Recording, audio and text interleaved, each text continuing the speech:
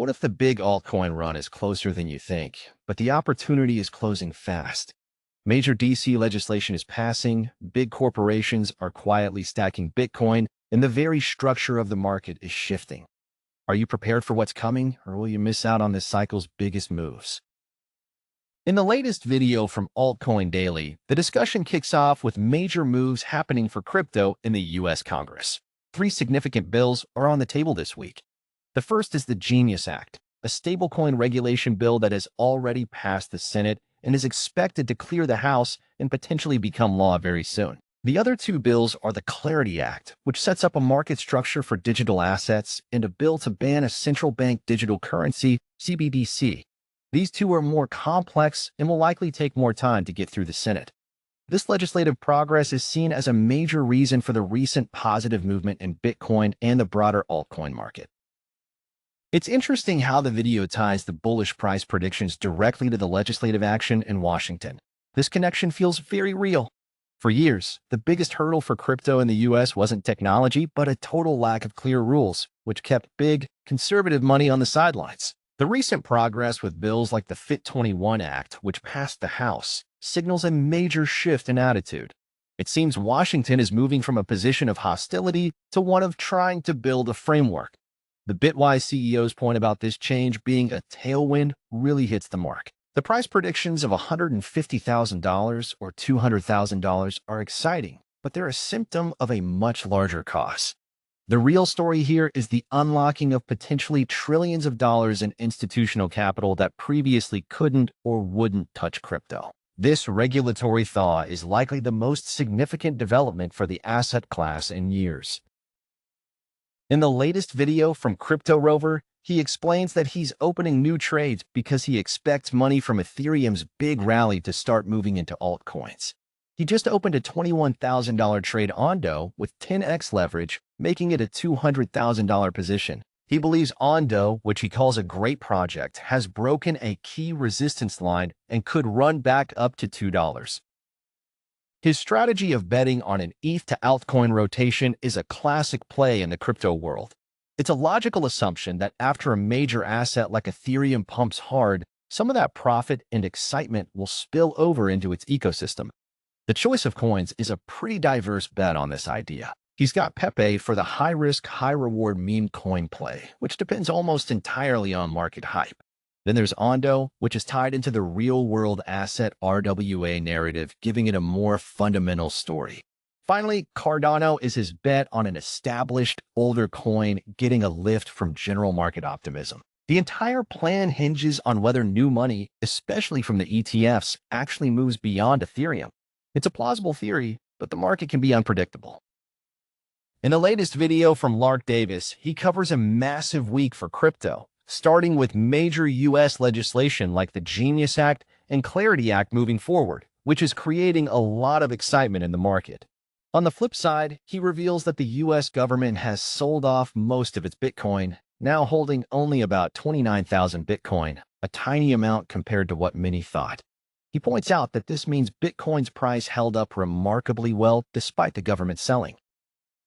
It's interesting to see how quickly the narrative Lark discussed has accelerated.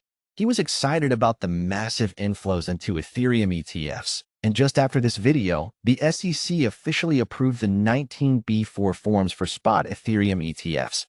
This was a monumental step that the market had been unsure about for months. It proves the Wall Street is here thesis isn't just talk, it's happening in real time.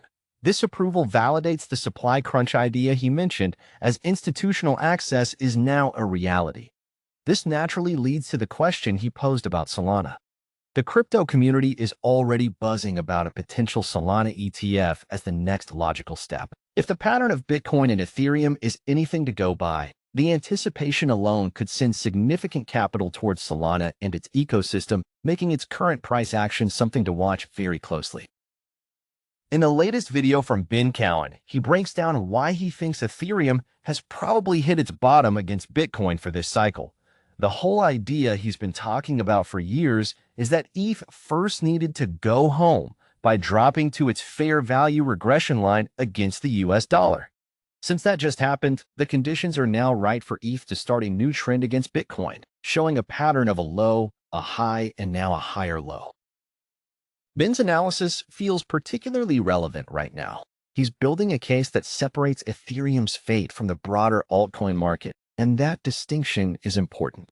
With the recent launch of spot Ether ETFs, there's a new institutional layer of support for ETH that simply doesn't exist for most other alts. While the ETF launch wasn't the explosive event some predicted, it lays a foundation that could explain the bottoming pattern against Bitcoin that he's seeing. His theory that altcoins will face another major drop when ETH has its next correction seems logical. We're seeing alts struggle to gain any lasting traction, and they remain highly sensitive to every move Bitcoin and Ethereum make. The market seems to be consolidating around the leaders, and his data-driven prediction that altcoins could see new lows by the fall lines up with the current cautious sentiment. In the latest video from the Crypto's Rush channel, the discussion centers on two major topics shaking up the market. First, there's the drama between Donald Trump and Fed Chair Powell. Trump is pushing hard for Powell to cut interest rates by as much as 3 percentage points, arguing it would save the country hundreds of billions in debt payments. However, the host points out that the Fed's main job isn't to manage government spending, but to keep inflation and employment in check. With inflation currently ticking up, cutting rates would likely make things worse. This is why Powell is holding firm. There were rumors Trump was ready to fire Powell, which made Wall Street nervous. When Trump later said it was very unlikely, the market settled down.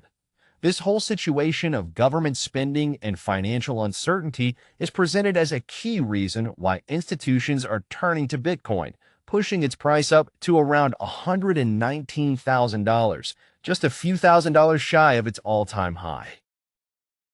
The tension between the White House's economic wishes and the Federal Reserve's independent mandate is becoming a defining feature of this market cycle. It's not just a political spat. It's a fundamental stress test on the U.S. financial system's stability. When you see this level of political pressure being applied to monetary policy, it's no surprise that assets outside of that system, like Bitcoin, gain appeal as a non-sovereign store of value. As for Ethereum, the ETF inflows are certainly a strong vote of confidence from institutional players. However, ETH is in a different position than Bitcoin. While the new money is great, Ethereum's long-term success will depend on whether its ecosystem can fend off fierce competition from faster, cheaper chains and convert this financial interest into real, sustained user growth on its applications. The narrative is strong, but the technology still has a lot to prove. In the latest video from DataDash, the message is loud and clear. The window of opportunity for a massive altcoin run is closing fast. The video points to a perfect storm of factors creating this setup. First off, big money is pouring in. We're talking about huge Bitcoin ETF inflows, even with Bitcoin trading around $118,000 and a potential $4 billion deal between Cantor Fitzgerald and Blockstream. This shows that Wall Street's interest is at an all-time high. The argument laid out in the video is pretty compelling. The mix of continuous institutional demand for Bitcoin and Ethereum ETFs, coupled with a weakening Bitcoin dominance, is a classic recipe for an altcoin rally.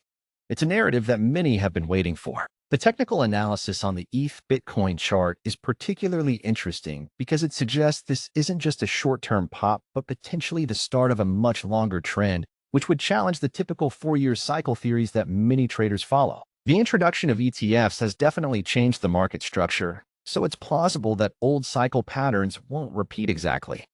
However, while the setup looks strong for leaders like Ethereum and hot projects like Sway, the idea of a widespread altcoin explosion might be a bit more selective in reality. We could see specific sectors or narratives get hot and rotate, rather than a single event where everything pumps at once.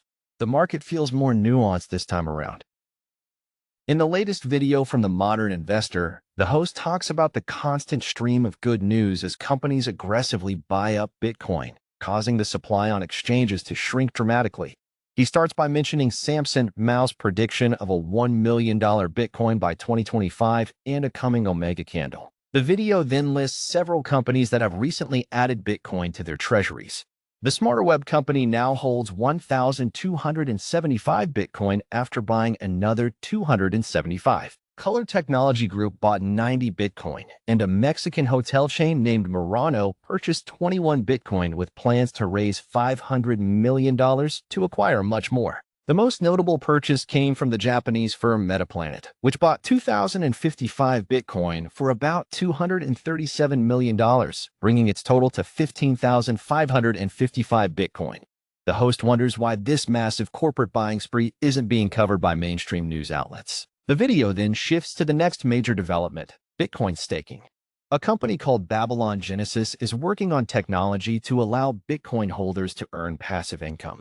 The host believes that by the end of the year, a major crypto exchange will offer 2 to 3% returns on Bitcoin staking, causing a massive rush of users. He points out this is why institutions are buying so much Bitcoin now, to prepare for earning yield on it in the future. The way the video connects the dots between isolated company announcements is really effective. It's one thing to hear that a single firm bought Bitcoin, but seeing 4 examples in a row, including a massive $237 million purchase by Metaplanet, shows a clear and accelerating trend. The real insight here is linking this accumulation to the upcoming boom in Bitcoin staking. It suggests these companies aren't just speculating on price. They're positioning Bitcoin as a future yield-bearing asset for their treasuries. This shifts the narrative from Bitcoin being just a store of value to it becoming a productive part of a corporate balance sheet. The host's observation about the lack of mainstream media coverage feels spot on. It seems like a significant financial shift is happening just out of the public eye, only visible to those who are actively looking for it.